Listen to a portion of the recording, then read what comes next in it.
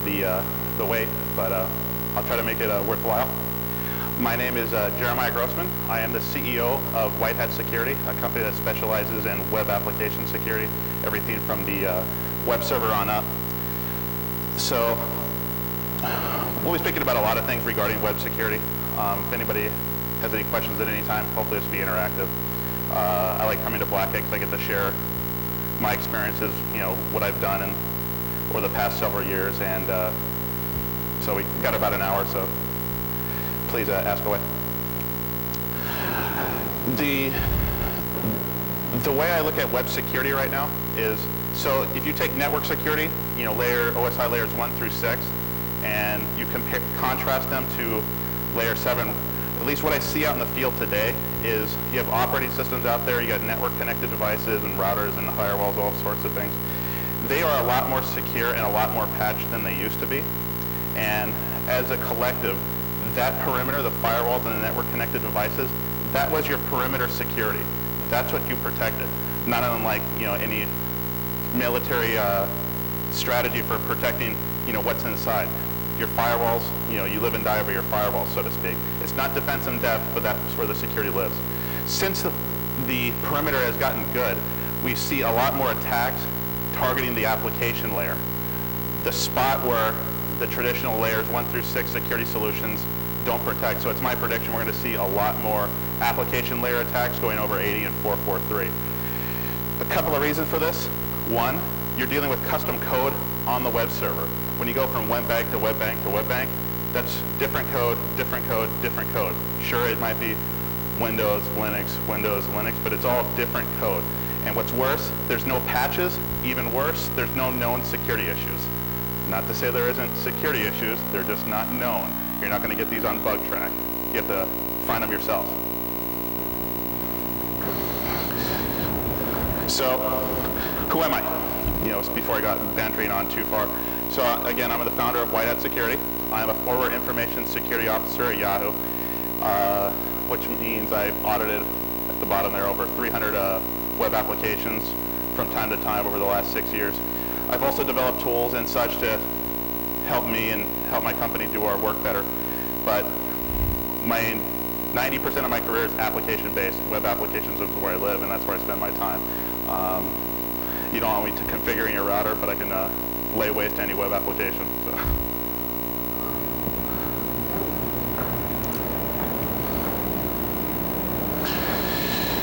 So what are we going to cover today? We're going to cover how the web application security landscape looks, the top 5 myths of website security, what we see people talking about in the wild, the tools that are out there only solve half the problem, and I'll go into why, which is really the bulk of the talk, and I'll be continually driving to the mission on we need to develop a process, whether you're an independent security reviewer, auditor, developer, whatever, a process to how to think about securing a web application, how to mesh between technology and humans to make an effective solution.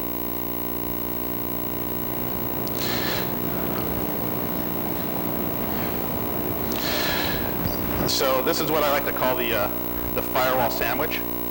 We've seen this time and time again out there, where you put firewalls on either end of your website, protecting your internal data, your internal intranet from your DMZ, from the rest of the internet.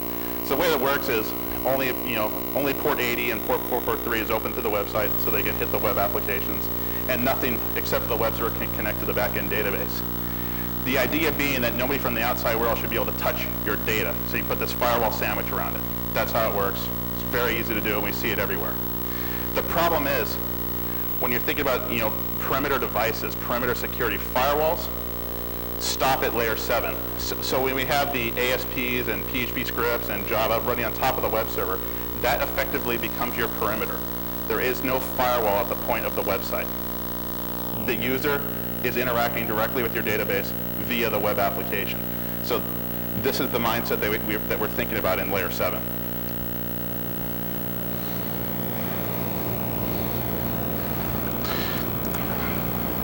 So what is going out there in the wild? So an example is, I don't know if anybody's familiar with Guess Jeans and the hack that they had a couple of months ago. What happened was, as a consequence, they had 200,000 credit cards compromised. And yes, the FTC did find them, and yes, they have to comply to certain very restrictive security practices for the next decade. But what they did was they simply used SQL injection to query the backend database and grabbed all the customer information.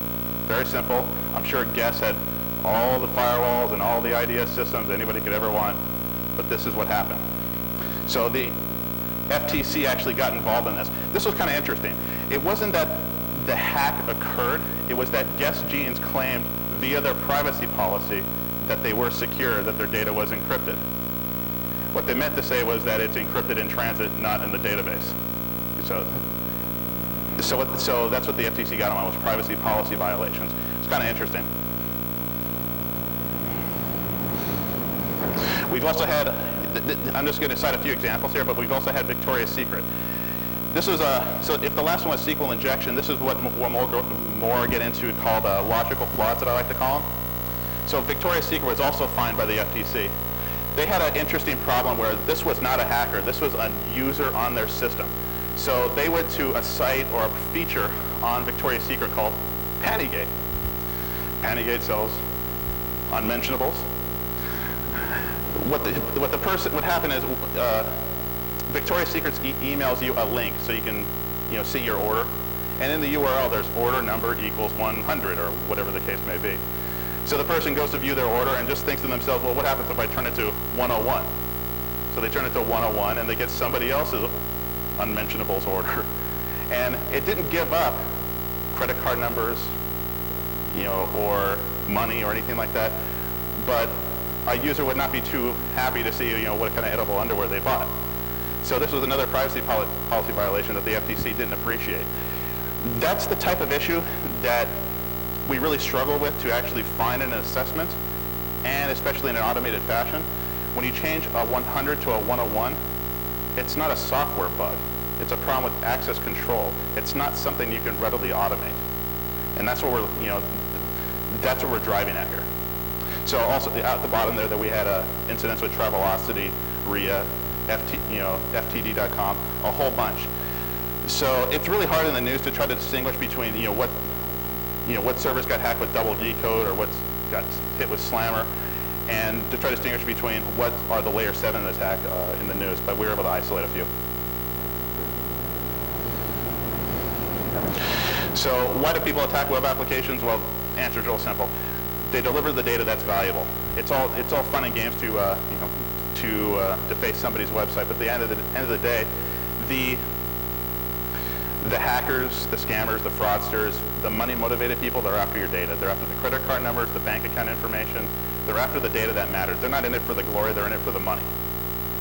That's what we're dealing with in the web application security world. That's where it's getting scary, is that they're not after fame anymore.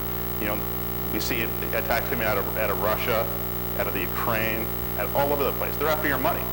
They're after the data that matters. They're not looking for the cool overflow exploit. They're just going to go right to the web app because that's where it's soft. So the Gartner group did a study on themselves on what types of security issues that they were finding. 97% of the sites that they tested had a vulnerability in it of some kind, 300 websites. That's a lot of sites they tested. They also said that 75% of the cyber attacks today happen at the application level. So I've tested my fair share of sites, both on my own, both with my company, and we see about the same results. What we see is we have two different vulnerability vectors. We have, if you're taking raw numbers, what types of vulnerabilities you can find with a scanner and what types you can find with a human. The scanner blows the human away all the day. It's right about 80-20. For every 8 bugs in a web, for every 10 bugs, 8 are going to be found by a scanner.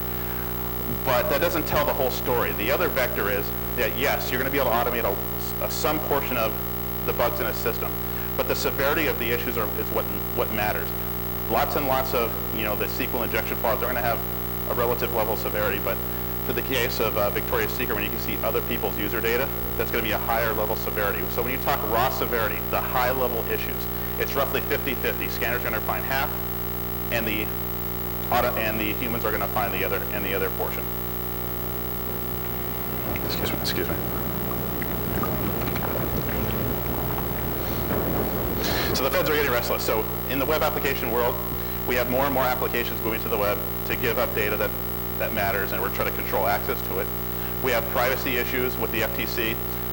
If you're part of a corporation, you've probably heard of Sarbanes-Oxley by now. You have federal financial regulations from Graham-Leach-Wiley, and you have HIPAA for healthcare information. So applications have some involvement in all these regulations, so it's going to be quite interesting as far as lawsuits go and things like that as time goes on.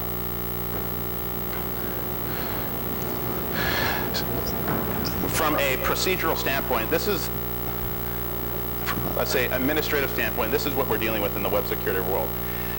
The network guy, he's responsible for setting up the network, and he's going to say every time, applications, I've never seen a web application, I just put the network here, so it's not my job. The security guy goes, he's responsible for firewall rules, beating the network guys over the head, implementing security policies. He traditionally never sees the application either. That's the developer's job. The developer's job goes, no, it's not my job either. I just write code that's functional. Security is part of the security guy's job. The QA guy goes, I'm just testing for functionality here. I just want to make sure it works. They're not staffed or trained to handle the security issues. And the management, large of the time, has no idea what the hell's going on in the web security space. So you got all these people thinking it's everybody else's job and nobody's doing it right. So this is, from an administration standpoint, this is what we see in 95% of the companies out there, that everybody's thinking that application security is this big question mark and nobody knows what to do about it. At the end of the day, web application security is everybody's responsibility here at some point along the way. Nobody can claim that it's not really part of their job, because it is.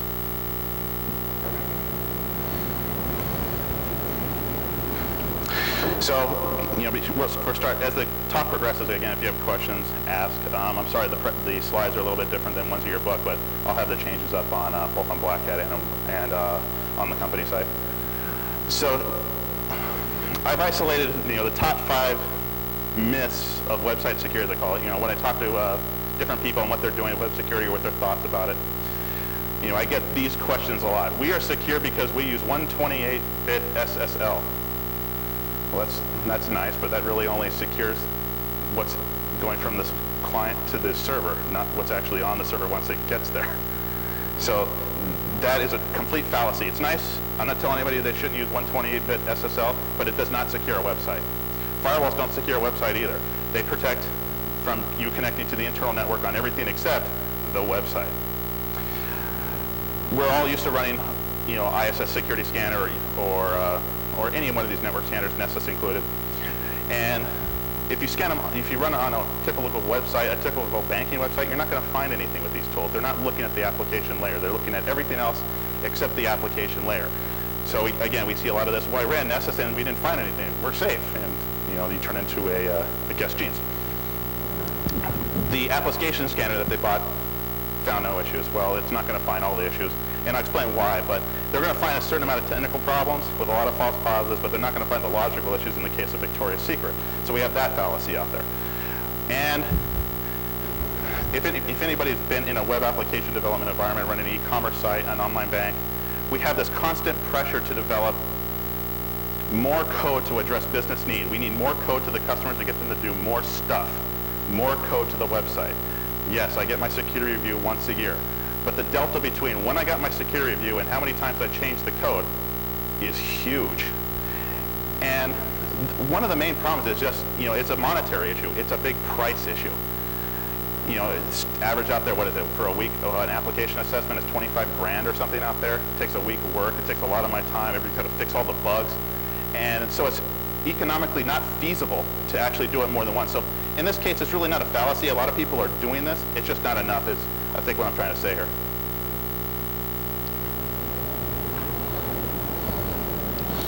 So let's just cover SSL really quick. You probably already know this, but we'll just do this as a matter of course.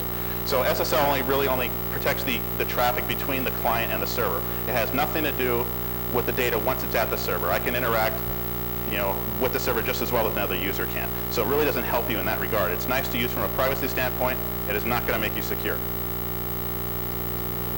Firewalls, once again, they are specifically, most e-commerce or web banking environments, you allow 80 and 443. What's the point of having a website if you're not going to allow people in? So that's the paradigm of network security. So here's what we got. Traditional network security thinking, you have a firewall, and your job is to make sure you let the good guys in and keep the bad guys out. So you do that with firewall rules. You deny everything and only allow what you want in, which is typically the website. Okay, in the web security mindset, what it took me personally a long time to learn is, in environments like Yahoo, is you had to let the whole world in and make sure they played nice. You couldn't deny anybody from accessing the system. That was unconscionable. There's no way I'm going to sell. How do I find the bad guy in a web application environment? So I have to make sure the code, my perimeter now, is safe from everybody trying to attack everybody else and do all kinds of nasty stuff. That's the new set. That's the new thinking in web security, that we have to let everybody in and somehow figure out, or somehow to enforce rules on the system.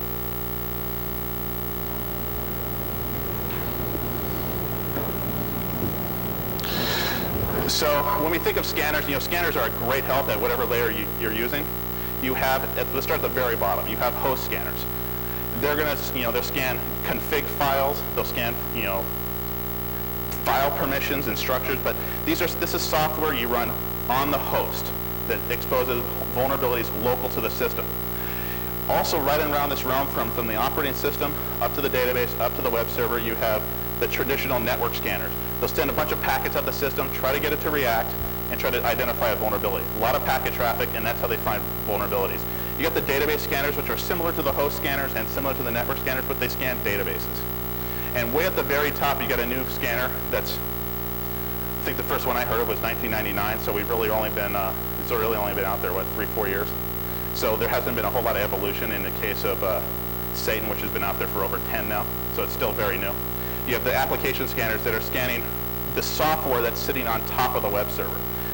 Now there's some application scanners that'll do both the web server and the application layer, but they're very picky. So what we're looking at is the small layer on top of the service, of the web server layer. That's what we're looking at with a scanner in our space. Here's where it starts to get really interesting. The paradigm changes not from just the way the network security guys think, but from how to control the perimeter on a network versus how do you control users in a web application environment. In network security scanning, they're about looking at bug track, and we're getting checks. Thousands and thousands and thousands of checks. I send this packet, I get this back, I know it's vulnerable. In the web application security world, well, we have no idea what they're running, what language it is, only a vague understanding. There are no known issues in your average web bank. You're not going to go to BugTrack or Security Focus and find a bug in Bank of America. It's just not going to happen. You have to identify known classes of vulnerabilities and unknown code remotely. Remote black box testing, if you will, at a remote layer. So the R&D challenge is very different. We've been thinking for a long while that a scanner is a scanner is a scanner is a scanner, but they're actually very different now between what we're looking for in network security scanning versus web application security scanning, and it gets really, really fuzzy. So in the web security, so if the network security guys are in a constant race for checks, catching up much in the same way the antivirus guys are doing it, application security, we don't have that churn. We're not sitting on BugTrack. We're just finding new ways to expose vulnerabilities that are already in the system. We're trying to find new ways of sending stuff in to get it to rear its ugly head and be able to detect when it happens.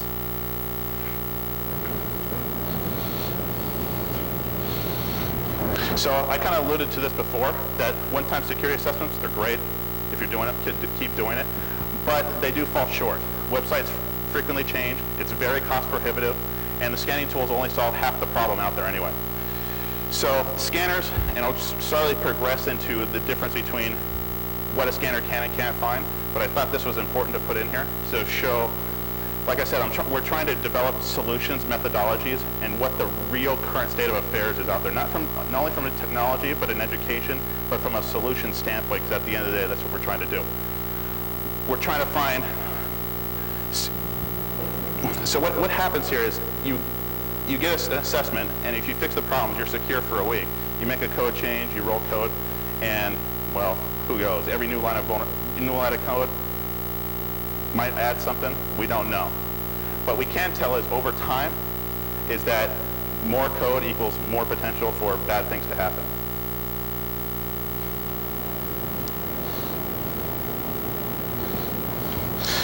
So how I got into why I started White Hat Security is I want to develop, to be brutally honest, I thought I was arrogant at the time. I was arrogant at the time, probably still am. I wanted to build a scanner that was just as good as the network scanners out there for finding bugs in web applications. I was like, well, if they can do it in the network world, I can do it in the application security world. What's the big deal? So, I left Yahoo and I went to building my own scanners. And so, I buy Nessus, I run Nessus, I hit go, and I'm expecting 90 to 95% coverage in what vulnerabilities are out there. Yeah, I'm going to get false positives, yeah, I'm going to have to verify stuff, but the coverage is pretty good. What I found over the last 2.5 years is that web application security scanning is hard, and you're not going to find all the problems. And it's an incremental process. It's fundamentally different. We'll start going through those slowly. So here's some of the background of the 2.5 years of R&D I talked about. So this again helps me to illustrate some of the effort that we put into this stuff. Is between the team that we put together for White Hat, we've done over 1,000 web security assessments for just about everybody on the on the Fortune lists, and spent the last 2 years developing our particular brand of scanner, Sentinel, and that technology there. There's a lot of R&D work, and we're about 5 years away from Nirvana. If you read the bottom bullet point there, these are the topics we're going to discuss, the challenges of application scanning that I'll cover, and how we've gone about solving the problems, or how we went about going, we give up. We can't solve this. The challenges of automated scanning is what I find attractive about the field of web application security, is because you start bumping into mathematical problems in computer science, what you can and can automate, what you can understand and what you can't understand from a logical standpoint. And it's, again, I'm attracted to it because it's really, really hard and nobody's done it before. So I've done my fair share of assessments, and if anybody's done their fair share of penetration testing, it's kind of like you go to the customer, you go to the whoever you're working for, you go to your boss, your developers, and your job is to basically tell them that their baby's ugly, and you have to get them to pay you for that. So that's pretty much what my career's been. Now at this point developing scanners, I'm developing scanners and I get all these problems now. I guess I'm kind of realizing what I did to everybody else and making their life miserable. Now they're making my life miserable with all their crappy code. So let's jump into more detail what exactly we're talking about here. So I'm going to separate vulnerabilities into two layers, where you have the technical and you have the logical. Now, those are some classes of vulnerabilities you have on the left there on the technical side. You have your cross-site scripting, your SQL injection, directory traversal, anything you can send in and check for on the way out. That's a technical problem, and they can be automated. But you have these logical issues, such as the case of that Victoria's Secret hack.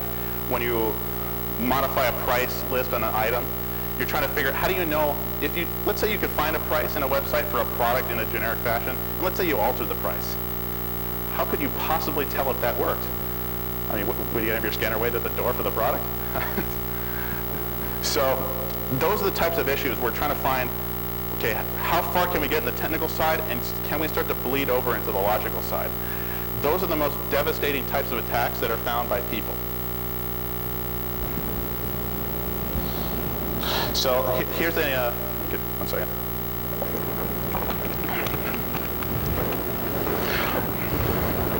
So this is I guess, an easy example of a cross-site scripting bug. You put a single quote in a parameter somewhere in some ASP file, and you get this error. You get a Microsoft OLE DB error, something in the back end. So you broke some SQL statement in the back end, and it told you about it. This is a brain-dead simple example of a SQL injection vulnerability. Very easy to send in, very easy to identify.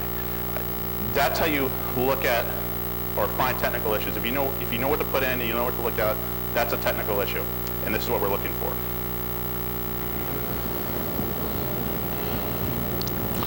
But the logical side, it's not that easy. So what you have is you have this weird mesh of logic in the application, which you don't really know anything about beforehand.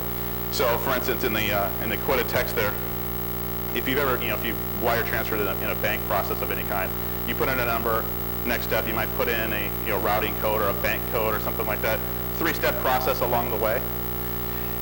the tools really have no idea what to put in those fields, how to know if it worked, and to get 3 steps deep. And even if it could do all that, how do you know if it worked? So you got these types of logical problems. So if the technical problems boil down to 2 things, it's what's an error and what's not an error, and can we identify that? That's how we find the technical solutions. Where we run into major problems in the application scanning world is we have to determine context of good or bad when we have no basis of doing so. How do you know what the web application was supposed to do and what it wasn't supposed to do in a generic fashion? We really have no idea. So I'll give you a good example of another logical flaw attack. So there was this, I won't name drop it, but there's a large online auction, okay? So I used to frequent the auction a little bit and try to buy my Sony BIOS or whatever. And so I'd be bidding against an item over the a couple of days or so, and people would be bidding against me. And I don't know about you, but I kind of hate that. So that was intolerable. So what I did was, what you could do was, is you can go to the authentication of the site, where you logged in, and since you knew who was bidding against you, you had your username. You could see who bid against you on one particular item. So you put your username in the login field and you type in a wrong password. You do that 5 or 6 more times and effectively they get blocked. They go to bid against you, type in their password, Sony Bio. Now, that is sort of you're abusing the system's logic, what it was intended to do. No scanner in the world is ever going to find that. Okay, that's just a fundamental weakness in the system. If you're greedy enough to figure it out, a human can do that, but scanners are not. So now you have the opposite, the converse spectrum. You can identify an error to a reasonable degree, but you can't tell context of good or bad or what was supposed to happen. So that's the opposite ends of the coin, and we're trying to blur the lines in between.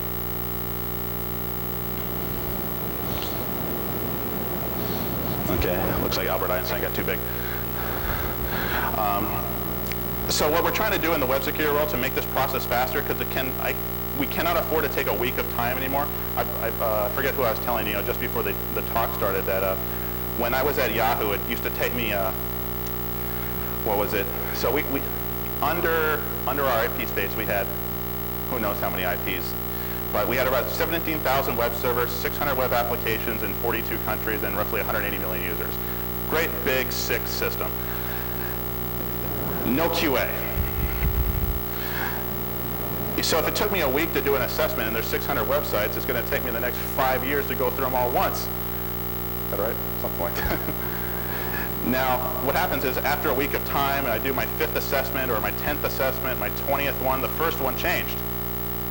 What am I supposed to do, go back and do it all over again? I mean, there's 600 websites out there, so it's taking a long time. So again, what we wanted to do is figure out new solutions, technology that would assist in that process. So I wouldn't have to spend my cycles doing 100,000 technical requests that I can automate. I wanted to focus the human on what the human was best doing, determining what was good or bad and finding those logical issues like the online auction site. That's what we wanted to do, and that's what we carry on with doing. A human, like it says in the bottom there, a human possesses the ability to analyze a large set of circumstances to determine if a weakness is in a system. We have not yet been able to quantify that in any kind of mathematical terms. No algorithm can catch that yet. And the next slide kind of leads into that.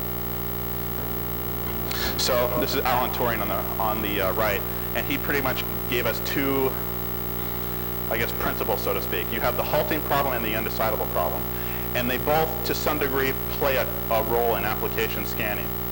So the halting problem basically states that if you cannot determine if, let's say, I would get confused on this as well. You cannot determine if a program will halt, or any program will halt, given for any input that you put into it, even given an unbound time of unbound memory and resources and everything like that. If you back off from that statement and say, well, can I tell if this particular program will halt given this particular set of inputs, I can determine that. So if you back off from the halting problem, that's what we're trying to do from a technical standpoint, is back off from the halting problem and go, what types of programs and what types of inputs and what can we tell about it? The undecidable problem goes to more towards the logical issues, is that Well, there are certain problems that simply can't be solved by any algorithm, at least not yet, even given an unbound time in memory. So we know it's going to be impossible to find all the problems in a web application via automated means. We're just trying to figure out how far we can get and how best to assist the human in doing their job. That's the solution we're driving at, just as an entire industry. So, to give you another undecidable problem. So we are doing a particular assessment for a large e-commerce hosting provider. Hosted like 12,000 different e-commerce sites on one particular platform. They had penetration tests done in the past, both the app and the network layer, for a long, long while. They ran all the commercial software scanning products on it. We even ran ours on it. Came up with a great big goose egg for the number of vulnerabilities in that system. But we kind of looked at it and just given intuition, we figured that there's got to be something wrong here. We've never been stumped before, because arrogance, we can't be defeated. So after surfing the site for a while, we saw a little p variable, and the p had a number attached to it. So it was like p equals 100. So we started from 0 and incremented up to p equals, like 8 or something like that. And we found a back-end template, I guess you would call it, and it was an order tracking system. It was a back-end order tracking system that was in production that wasn't supposed to be there. And it said search, it had a search field and it said enter order tracking number.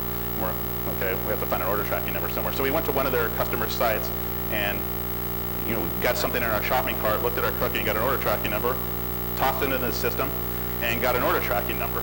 And you pulled up the order and it had, that particular system was selling software, and we got to see how much software they bought and all the serial numbers according to with the software. So this is another example of a logical attack that we incremented up or down, and we found this weird system, and we took a bit of piece of information from over there, shoved it in the, and did all this stuff to find this is bad. But those are the types of things that you're going to solve and not solve with a scanner. So what is the state of the art today? Weird bullet points there. So if we take technical versus logical, it's about 50-50 right now. If there's 50%, if there's X amount of vulnerabilities in a system, we can automate 50%, and we can't automate the other 50. We're trying to make 60-40 in the next couple of years or whatever, and trying to increment that. But so as it stands now, we found hundreds and hundreds and hundreds of vulnerabilities, and this is our stats. We've actually been able to achieve with our particular technology. When it used to take us 40 hours, and now it takes us roughly 8 for the standard app. When 50-50 is kind of a weird term. That's an average, and this is very important. So if you take a system that really doesn't have a whole lot of functionality, let's say like a calendaring software or something like that, or a picture book software that doesn't log in, has certain flows and certain things in it, you're gonna find most of the vulnerabilities through automated means. The moment an application logs in, assumes that it's going to have some kind of flow control somewhere, and you're probably only going to get to 30 to 40%. So the average is somewhere in there between, on automated side without login, it's going to be about 80-20, let's say, and on the logical side, it's going to be probably the other way. It's going to be 30-70 the other way. So somewhere in the middle, we get about 50-50. But again, it's not entirely scientific, but that's about what we get. So let's progress further into these particular issues. When we're scanning a web application, we have to start from absolute zero. We know nothing. We don't know what operating system, we don't know what database structure, we don't know the programming languages, we don't know their patch level, we know absolutely zero. Furthermore, we have no access to source code, we have no access to binaries. I mean, you literally start from zero. And I would argue it's even harder than black box testing, because at least in black box testing, you have access to the black box. We're doing it remotely. All we have is HTTP to work with. So it's a very, very hard job. So what it means, since we know nothing, we have to take a generic approach to scanning. We cannot have any preference on Windows, Linux, application servers, web servers, or any kind of software. We have to take a completely generic approach on whatever it could be, because no environment is ever the same. I mean, people are writing their own programming languages on web applications that we've tested. You never know what you're going to run into.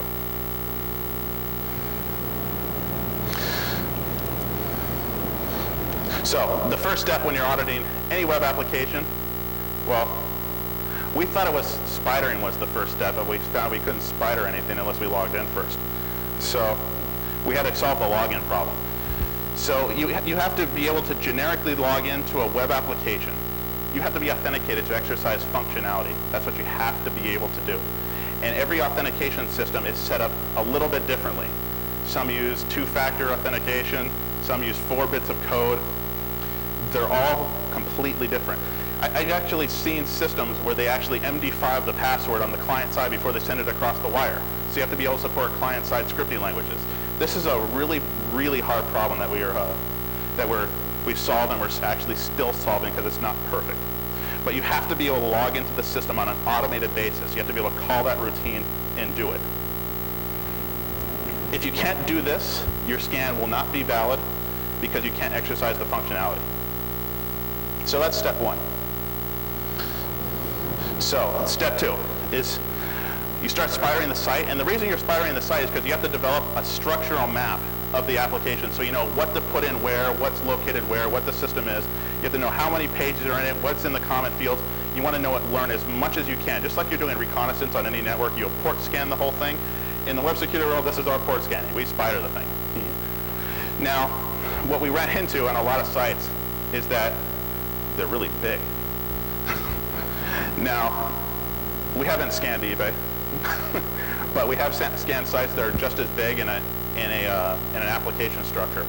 We've actually, since at least when we scan mostly production sites, so we have to scan kind of slow so we don't impact the system.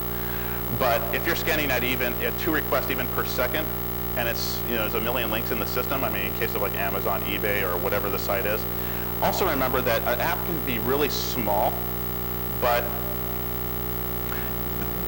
let's take Amazon, they're a good example. Their application isn't incredibly huge, but they got 1 million books in their database. That means 1 million unique links in the system. You're not going to get any additional benefit by scanning every single conceivable link, but it's a big, big site. And what's even more interesting is that we were, just let the scanner run. Let's see what happens. Well, we found that sites that we've been to before and tried to exercise later were no longer there in the case of an online auction. The auction closed and the URL was no longer in existence. So you have also this rate of decay. So we scanned sites on upwards of 500,000 links. We were able to store that in memory. So we had some pretty good stuff going on there. So again, like I said, we're trying to model website structure. We call this the calendaring problem. Even if a website is really big as much as products go, there are those little things in the system. That's why we call it the calendaring problem. You find a calendar in the system. A lot of sites have calendars. Have you seen these online? Calendars. Well, we've run across a ton of these, and the calendars aren't fixed. They just continually go up by year, by year, by year, and you just keep scanning, and it will feasibly never end. What we did find, though, was that there's a year 10,000 problem out there, and I'll be the first one to claim it.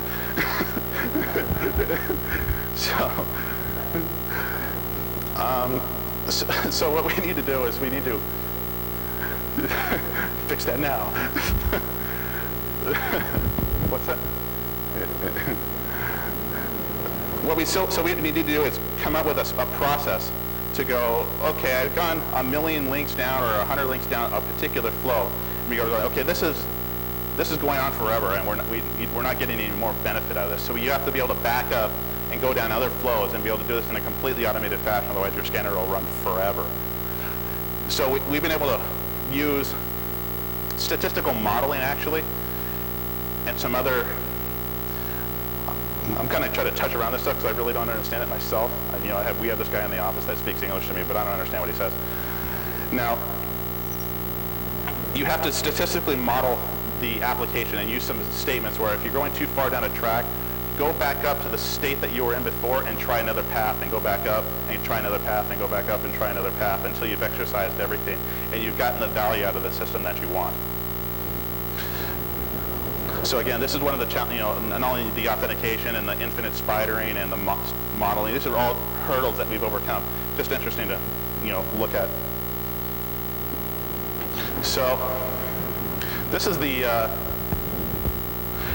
login procedures to make it stable took us roughly 6 months to develop, and it still continues to get perfect. Then we found out that we were logged in, we spidered, we got logged out. We didn't know it. Now, this can happen for a number of reasons. You will get logged out at some point because you will click on a logout link, you will time out, there will be application errors. We even found systems where their security structure was such that if you put a single quote in the system and the application errored, they'd invalidate your session, you have to log in again. You know, try testing that by hand. Every time you test one thing, you have to log back in by hand. So we had to come up with some type of statistical model where we could tell, are we logged in or are we logged out? Now, so we would traverse from a logged in state, start exercising functionality, and benchmark the application on the fly, going borderline in the AI, so to speak, where we go, okay, this is how an application logs in, and this is how it logs out, and be able to back up and log back in, hook the login system again, and continue on. Now this is that particular loop between login and detecting a logout is essential. You cannot run an unattended scanner without that feedback loop because you will get logged out and the rest of the scan will be invalid. Now, if you want to run a scan in the middle of the night, and a lot of people do, you can't do that if it's unattended because it will get logged out and you will get invalid results. So you have to be able to have that loop. That particular problem took us another 6 months to solve, and we're still solving it. It is a very hard problem to deal with. And again, we're using more, you know, as I said, probably some of my colleagues here actually, we've actually abandoned what we've learned in security and gotten back to math because we're dealing with more mathematical problems than we are security problems. We're trying to figure out what things are doing from a heuristic standpoint, be able to benchmark things on the fly. What do we think it's doing? Back up and try to recover from those processes.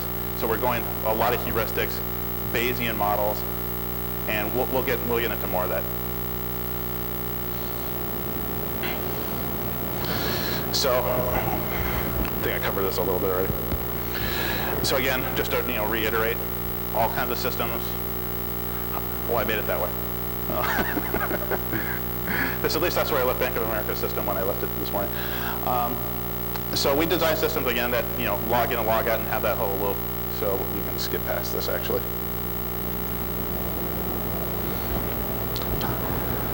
How am I doing on time? Do we know?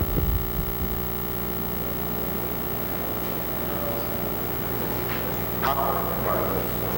5 minutes? I'll try to hurry through some of this stuff. So here's another problem that we ran into. Well, what I think I alluded to before is that a web application scanner, so we've solved the previous 3 problems, we haven't solved this one yet. The multi-step processes, the application flows, we haven't been able to solve yet because we could kind of think that we can know what to go on it that goes into a particular form, but we can't tell if it's good or bad or otherwise when we actually did it. So this actually stops us cold right here. This particular problem here, we haven't been able to figure out how to traverse a flow to figure out if it's errored, if it's good or bad or otherwise.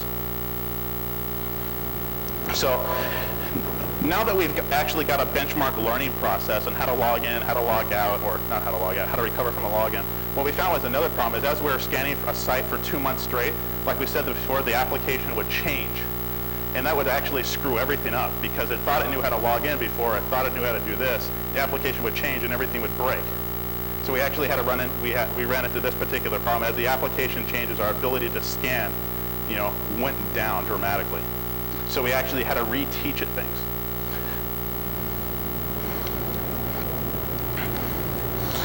So here's where things get also a little interesting. We have to map the URL structure itself. So since a URL line is the actual application input to a web application, is taking name value pairs or something like that as application input, we have to figure out what names it's taking, what values it's taking, so we can fuzz them.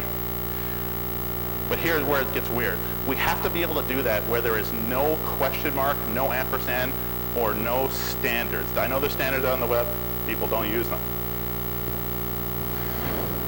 So here's what a normal URL looks like. It has, a path, has a file name, and it has name value pairs separated by ampersands. Everybody's familiar with this? The orange highlights, that's where you put data in and gets the application to do stuff. But here's where, here's examples of what we found in the wild. We've had stuff where the file name, or there's like some kind of weird number after the file name and it goes up to infinity, We find systems that are separated by tildes, slashes, equals, colons, and things like that. So there's feasibly no way to accurately parse the system. We find this in 30% of the sites that we scan. So we actually cannot parse the URL as you would expect to parse it. We've actually had to use, I've said this before, I'm going to blur out this term, don't expect me to know what it means, definitive finite automaton. Okay, if you're familiar with this, it's basically a way to model data so you can tell where the points of change are. And this is what we've had to apply to particular problems such as this, where we have to take a generic approach to figure out where are we going to try to exercise functionality to get the problems to expose themselves. Now, it's also important to remember that we have to do all this weird fuzzing, all this weird logic, and remain logged in.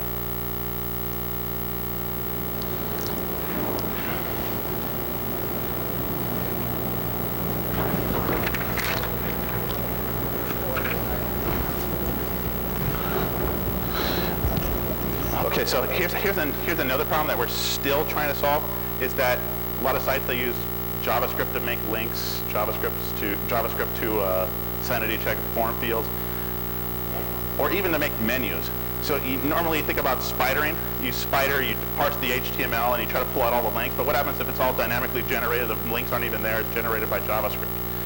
This is a problem we've actually just recently solved, and we did it by actually hooking a browser in a very particular way to run all the HTML through a parser, through a browser engine, and get it to exercise itself so we can see where the browser might have gone by exercising all the flows in the JavaScript code. Now, that took us about 9 months. So it was a very hard problem. We still have problems with the sites that do HTML encryption and things like that, but we're working on it. But this is a particular problem that we have to use the browser against itself on the way. So let's move on to authentication systems. So websites authenticate all manner of ways. So we have user equals one, like an example, user equals 100, or maybe I can change it to user equals 101 and become them. So they're susceptible to session hijacking, session replay, who knows. But sometimes they give you session IDs, an MD5 format or some kind of weird ASP format. So it's really hard to tell what you're dealing with. Now what happens is, let's say you can actually tweak the cookie. You can tweak any data you want, but you don't really know, again, what's good, bad, or otherwise. How do you know you're logged in as who? And let's say I do try to log into somebody else's account by changing to 101 and I get their data. How does the scanner know that that's bad, that I actually did that? It really can't. So there's two things we've been able to do here to help ourselves. One is we're able to, if we log into the application, let's say 1,000 times, we're able to get a good sampling of what their authentication system looks like. We get 1,000 session IDs. And what we do is we start mapping it and use a randomness generator where we can see character by character slot what the randomness across the range is. So we can tell if the actual credential is random or not. If it's not, we can look at it. If it is, don't need to look at it. It's random. They gave it to you, and you can try to guess at it, but if it's far too long, it's really not worth the time. So right there, that's a key point. We know what we can scan for, and we know that's one thing we can help with. Sure, the scanner can't help find that vulnerability implicitly, but they can help the user make the determination whether this is something you should look at or it isn't. So I'll give you another story about an authentication system that we found. We're at this particular web bank, and it took 3 session values. It took, let's see, a company ID, a client ID, and a user ID. So what you could do in this particular system was, let's say you just implicitly set your company ID, it would error, okay? But the great part about this system was it would tell you, if you want to use this company ID, you have to use this client ID. And you go, fine. So you use the company ID you started with, and the client ID they gave you, and it goes, it errors again. It goes, wait a minute, if you want to use these 2 pieces of data, you have to use this user ID. So you put all 3 together, and bang, you get somebody else's data. So that teaches you 2 things. One, that determination of if it erred with what data and how you use it is near on impossible for you to do in an automated fashion. But also that systems really shouldn't give up errored information like that.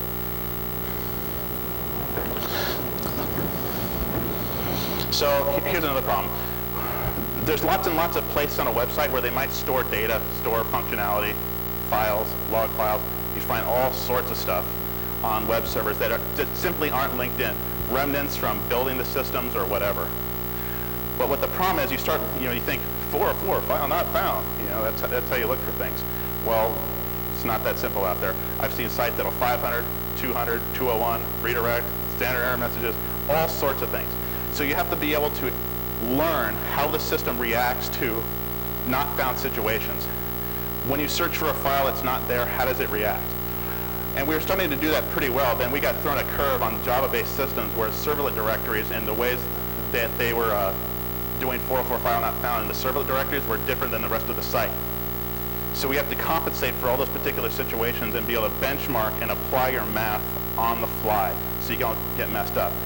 So here's the interesting part, which makes application scanning really hard.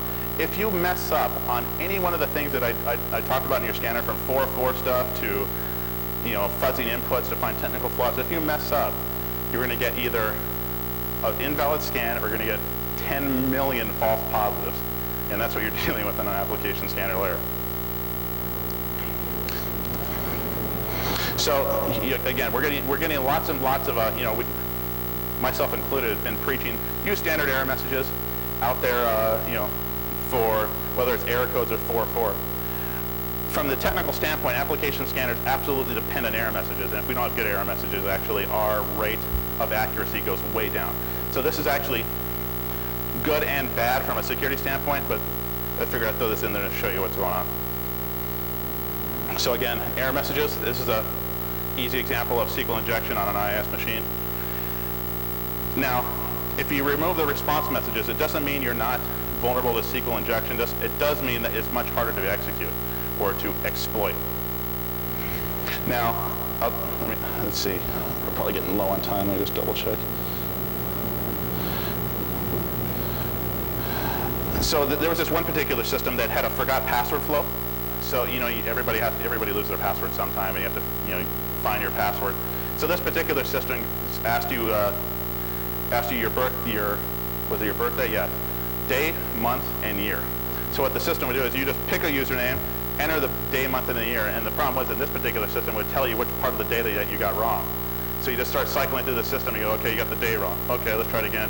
Day. No, now you just got the month and the year, and you would cycle through the whole system. So the error messages in that case were very helpful. So again, if you're responsible for an application or doing a pen test, make sure the applications are just giving standard error messages and not giving up too much data.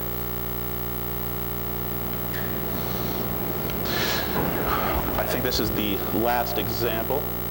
Let's see, that I got here. So we run into these systems every once in a while. These are anti-automation systems that prevent you from automating by asking you some kind of question in an image.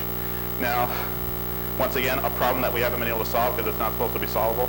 But if you read Slashdot, the pornographers are helping.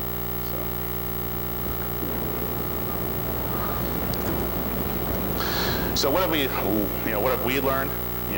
What can we teach the community out there that's having to deal with these problems? Is that whoever you are, chances are, statistically speaking, we all have issues in our websites, and there are issues in the websites we test. We just assume it, and let's go look for it, and let's go fix it. We also know that one-time assessments aren't enough, basically because applications change. They have to be diligently reformed, whether by people on the side, development, consultants, or whatever. So, and assessments are the security review portion, maybe not the technical side, but definitely the logical side, because that's where you're going to get burnt and money lost. You have to have qualified personnel doing it. Hopefully somebody with some experience. Now, scanners help, and I suggest them all day long, both from a consulting standpoint and a development standpoint. Use scanners. They are helpful. You have to get used to some of them because they can produce a lot of false positives and they can be arduous to work with. But you, as a person auditing a system, you're simply not going to be able to do 100,000 tests on a system. A scanner can. Use it.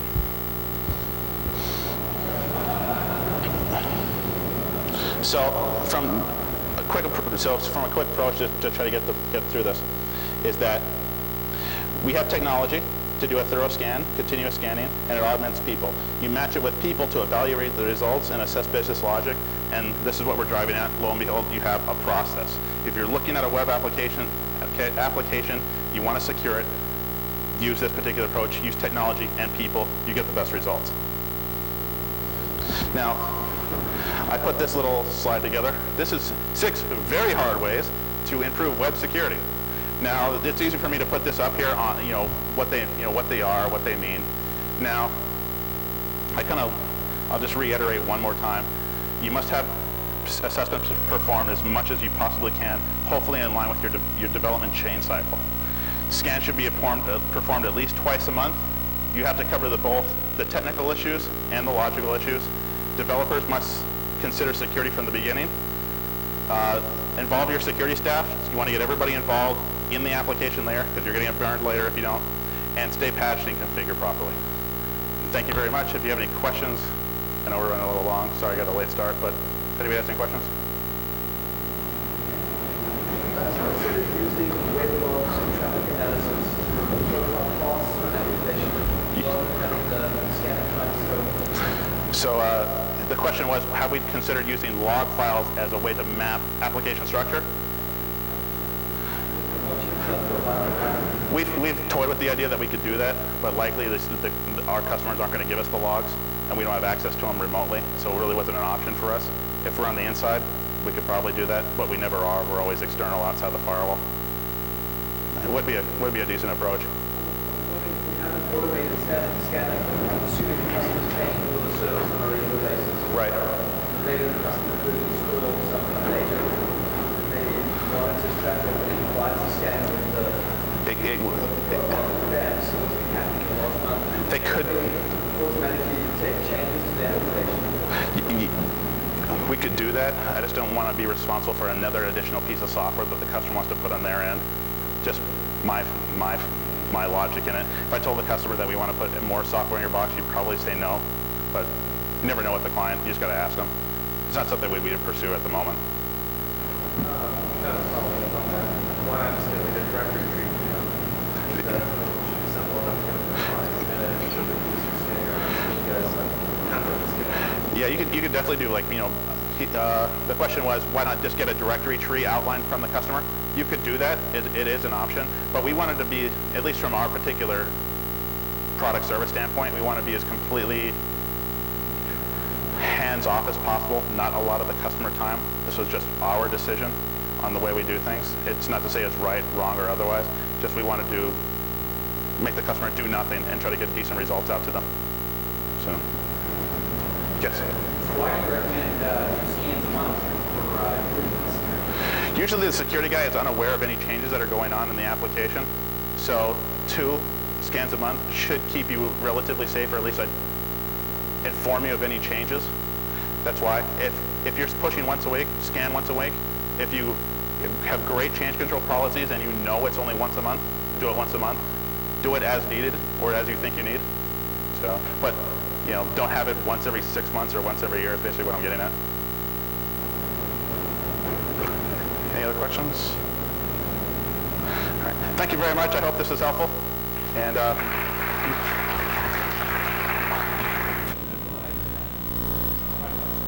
Yeah,